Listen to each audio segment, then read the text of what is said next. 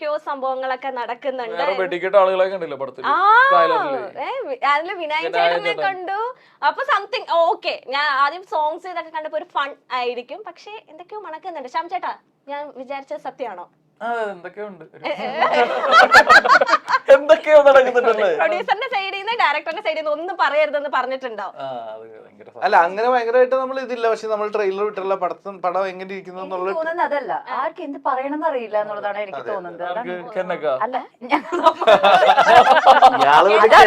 എല്ലാം വേണ്ടി നിൽക്കോട്ടെ. ഇയാളെ ഇവിടുന്ന് കയറുമ്പോ ഈ കുട്ടിയാണോ ശരിക്കും നമ്മൾ തമ്മിൽ ഭയങ്കര സൗഹൃദമുള്ളതാണ്. എനിക്ക് അതായത് ഇതില് നമ്മൾ എത്ര പ്രാവശ്യം കെന്ന എന്ന് പറഞ്ഞത് പ്രൊമോ അല്ല അനുഭവം. അതിലൊരു സ്ട്രാറ്റജി ഉണ്ട് എന്ന് വെച്ച് കഴിഞ്ഞാൽ